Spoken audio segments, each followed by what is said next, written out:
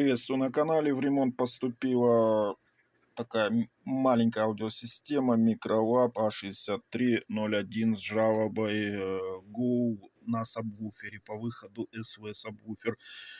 Постоянный такой гул. Собственно, здесь в них ломаться-то нечему в таких вот штуках. У нас стоит на каждый канал ТДАшка.